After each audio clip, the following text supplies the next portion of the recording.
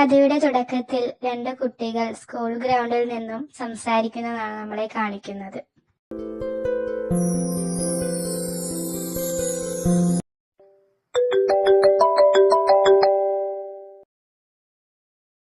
Hello hello ഇച്ചായ, city ഹോസ്പിറ്റലിലോട്ട് വാ, ഇവിടെ അപ്പനെ അഡ്മിറ്റ് ആക്കിയിട്ടുണ്ട്.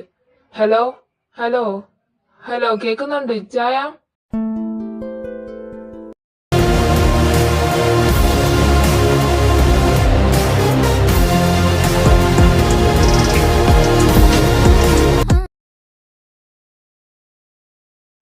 അമ്പു, എന്തു പറ്റി? പപ്പയ്ക്ക് എന്താ പറ്റിയത്?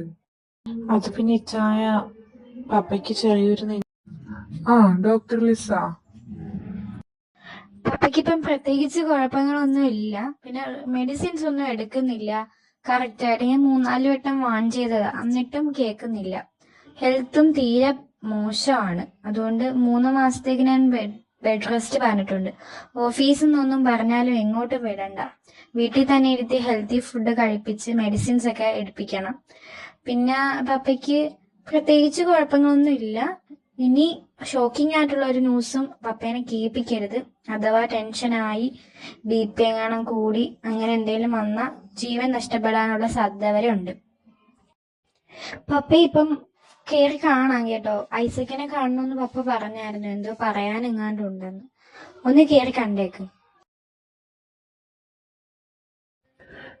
പപ്പ എന്താപ്പാ, എന്തോ എന്നോട് പറയാനുള്ളത്?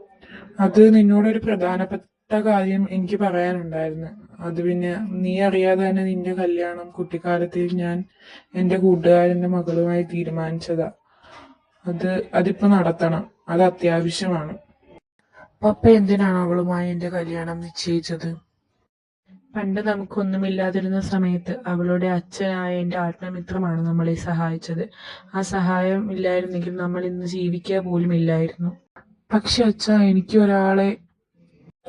നീ ഇങ്ങോട്ടൊന്നും പറയണ്ട. നിനക്കൊരു പെണ്ണിനെ ഇഷ്ടമാണെന്ന് എനിക്കറിയാം. പക്ഷെ അവൾക്ക് വേറൊരു കാമുകനുണ്ട്. അത് നിന്നോട് പറഞ്ഞാൽ നിനക്ക് വിശ്വാസമാവില്ല. എന്റെ അലമാരിയിൽ ഒരു നീല ഫയലുണ്ട്, അത് നീ എടുത്ത് നോക്കണം. അപ്പം പറഞ്ഞതുപോലെ ഞാൻ ആ ഫയൽ എടുത്ത് നോക്കാം. അതിൽ അപ്പം പറഞ്ഞതുപോലെ ആണെങ്കിൽ അപ്പൻ പറഞ്ഞ ആ പെണ്ണിനെ വിവാഹം ചെയ്യാൻ എനിക്ക് സമ്മതമാണ്. അത് ഞാൻ അപ്പയ്ക്ക് തരുന്ന വാക്കാം.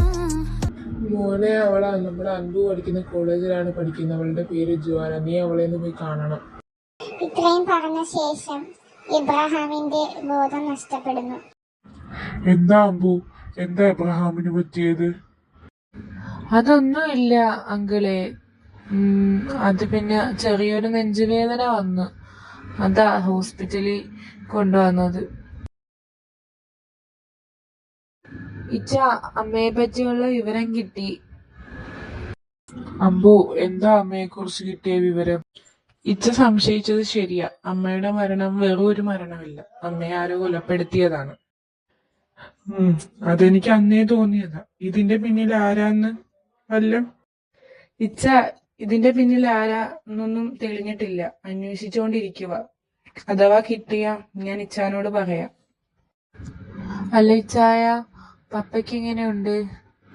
പപ്പയ്ക്ക് കുഴപ്പമൊന്നുമില്ല. പപ്പ റെസ്റ്റ് എടുക്കുക. കുറച്ച് കഴിയുമ്പം എഴുന്നേക്കും. അന്നേരം നിനക്ക് പോയി കാണാം. ഹോസ്പിറ്റലിൽ നിന്നും അപ്പയെ കണ്ട ശേഷം ഐസക് തന്റെ കാമുകിയെ കാണാൻ പോകുന്നു.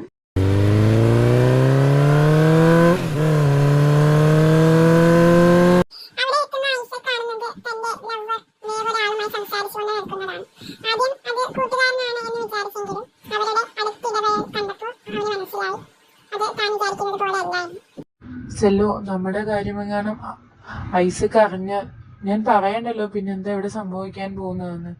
അവന്റെ കോപം അഗ്നിയേക്കാൾ ചൂടേറിയതാണ്. ഐസക്ക് പറഞ്ഞാലും ഒന്നും വരാൻ പോകുന്നില്ല. അവൻ കിഴങ്ങൻ. 3-4 മാസമായില്ലേ നമ്മളിങ്ങനെ കൊണ്ടുപോകുന്നു. എന്നിട്ട് അപ്പൊട്ടനറിഞ്ഞു അവൻ വെറും കിഴങ്ങന, കപ്പക്കിഴങ്ങനുണ്ടായവൻ. രണ്ടുപേരുടെയും സംസാരം കേട്ട് ഐസക്കിന് അതിയായ ദേഷ്യം തോന്നി. ഐസക്കിന്റെ കണ്ണുകളിൽ ചുവപ്പ് രാശി പടർന്നു. കൈകളിലെ മുഷ്ടി ചുരുട്ടി അവൻ അവന്റെ ദേഷ്യം അടക്കി പിടിച്ചു. ശേഷം അവൻ കാറിൽ കയറി അവിടെ നിന്ന് തന്റെ കാറെടുത്ത് ഐസക് ഓഫീസിലേക്ക് ചെല്ലുന്നു. സെല്ലോ ഇന്ന് വന്നില്ലേ? സാറിന്റെ ഒപ്പം പോവാന്നും പറഞ്ഞ് രാവിലെ ഇവിടുന്ന് പോയായിരുന്നു മാം. സാറിന്റെ കൂടെ വന്നില്ലേ? അവള് എന്നെ വന്ന് കണ്ടിട്ട് ക്യാബിനിൽ കയറിയാ മതി എന്ന് പറയണം. എക്സ്ക്യൂസ് മീ സെല്ലോ മാം. മാം ക്യാബിനിൽ കയറുന്നതിന് മുമ്പ് ഐസക് സാറിനെ കാണണമെന്ന് പറഞ്ഞായിരുന്നു. എന്താ ഐസക് എന്നെ കാണണമെന്ന് പറഞ്ഞത്? സാറ് ഭയങ്കര ദേഷ്യത്തിലാ. മാമിനെ കാണണമെന്ന് പറഞ്ഞ് എന്നോട് ദേഷ്യപ്പെട്ടു. എനിക്ക് തോന്നുന്നു സാർ നല്ല ചൂടിലാണെന്ന്. മാം ഇവിടുന്ന് പോയത് ഐസക് സാറിന്റെ കൂടെ പോവാണെന്ന് പറഞ്ഞല്ലേ? പിന്നെ എന്ത് പറ്റി? നിങ്ങൾ വഴക്ക് എന്തെങ്കിലും വെച്ചോ? നീ നിന്റെ കാര്യം നോക്കിയാ മതി. ഐസക് സാറിന്റെ ദേഷ്യല്ലേ, അത് ഞാൻ തണുപ്പിച്ചോളാം. അത് തണുപ്പിക്കാനുള്ള വെള്ളം എന്റെ കയ്യിലുണ്ട്. എന്താ ഐസക് ബേബി, എന്താ എന്നെ കാണുമെന്ന് പറഞ്ഞത്? ഐസക് ഒന്നും അറിഞ്ഞിട്ടില്ല എന്ന് വിചാരിച്ച് സെല്ലോ അവന്റെ അടുത്തേക്ക് ചെല്ലുകയും അവന്റെ ചെയറിൽ അവനോടായി ചേർന്നിരിക്കുകയും ചെയ്തു.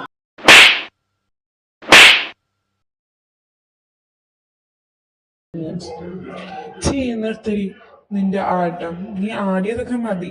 ഞാൻ അറിഞ്ഞു നിന്റെ താനി സ്വഭാവം. ഇനി എന്റെ ജീവിതത്തിലും ഈ കമ്പനിയിലും നിനക്ക് ഒരു സ്ഥാനമില്ല.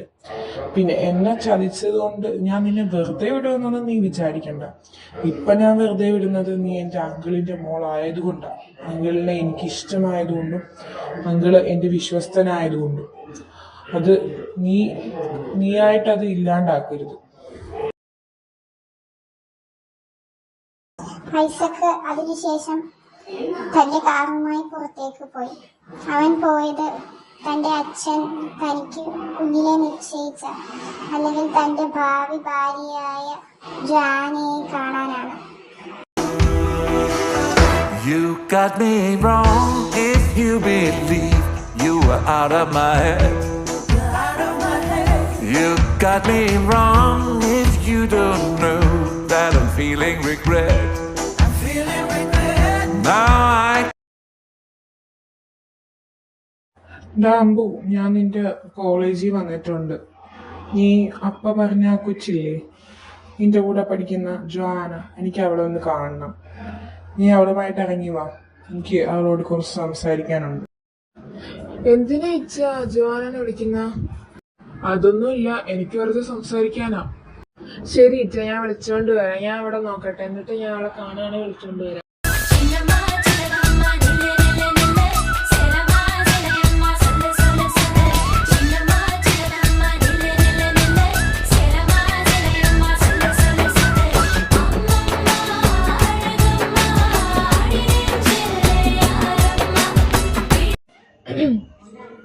ഇച്ച, ഇതാണ് ജോആന. ഇച്ച സംസാരിക്കണമെന്ന് പറഞ്ഞാലാണ് ഞാൻ വിളിച്ചോണ്ട് വന്നത്.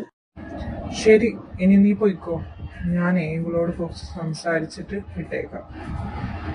നീയാണല്ലേ ജോആന, എന്റെ അപ്പം പറഞ്ഞ എന്റെ ഭാവി വധു. ഓ, നീ ഇത്രയും സുന്ദരിയായിരിക്കുമെന്ന് ഞാൻ വിചാരിച്ചു. എന്നാ എന്റെ മോള് കേട്ടോ, നീ വിചാരിക്കുന്ന പോലുള്ള ജീവിതം എന്റെ കൂടെ നീ ജീവിക്കാന്ന് നീ ഒരിക്കലും വിചാരിക്കണ്ട. അത് നിനക്ക് നരക. ആ ഇച്ച, ഞാൻ പോവാ. നിങ്ങളെന്നെ സംസാരിക്കും. ശരി എന്നാ. നീ വിചാരിക്കുന്നത് പോലെ നമുക്ക് രണ്ടും ജീവിക്കാൻ കഴിയില്ല. നിനക്ക് അത് തീർച്ചയായും ഒരു നരകം തന്നെയായിരിക്കും. നീ നമുക്ക് എന്തായാലും ഉടനെ കാണേണ്ടി വരും. അപ്പം ഞാൻ ആരാണെന്ന് നിനക്ക് ഞാൻ മനസ്സിലാക്കി തരുന്നുണ്ട്. എന്റെ ഭാവി പത്തു എന്റെ വീട്ടിലോട്ട് വലതുകാലി വെച്ച് വാ. അത് കഴിയുമ്പം ഞാൻ തരാം നിനക്ക്.